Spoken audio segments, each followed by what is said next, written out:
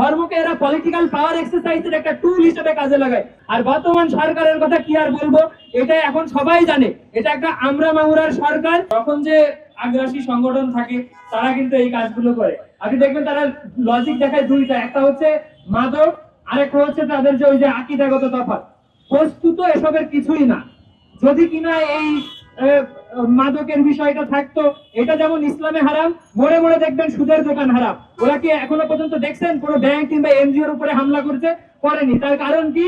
এই দঙ্গলবাজরা, এই তৌহিদি জনতা নামের এই উশৃঙ্খল এই জঙ্গি গোষ্ঠী, এরা কিন্তু ওইটা থেকে টাকা পয়সা অর্থ করে পায়। তারা বিভিন্ন নামে ইয়ানত তিয়ানত অমুক তমুক নানান নামে এটাকে পোট্রে করে।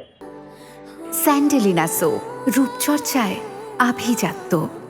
আরেকটা বিষয় হচ্ছে আপনার আকীদাগত তফাতের কথা যদি বলা হয় যে ইসলামে তাদের এটা হারাম সেটা হারাম, আপনারা খেয়াল করে দেখবেন তাদের অঙ্গনের যে লোক, তাদের পেরিফেরির যে লোক, খেয়াল করে দেখবেন যে আমাদের নবীজির সহধর্মীর নামে উল্টো পাল্টা কথা বলছে, নবীজিকে নিয়ে উল্টো পাল্টা কথা বলছে। তাদের উপরে কখনো হামলা করছে? তাদের সভা সমাবেশে হামলা করছে? করেনি। তাদের একটা ছাত্র সংগঠন আছে, দেখবেন যে হিজরতকে কিসের সাথে তুলনা করে? হিজরতকে পালিয়ে যাওয়ার সাথে তুলনা করে। কখনো কি তার উপরে হামলা করছে? করেনি। তার মানে এদের কাছে কিন্তু ধর্ম, আকীদা, মাদক এটা কিন্তু ফ্যাক্টর না।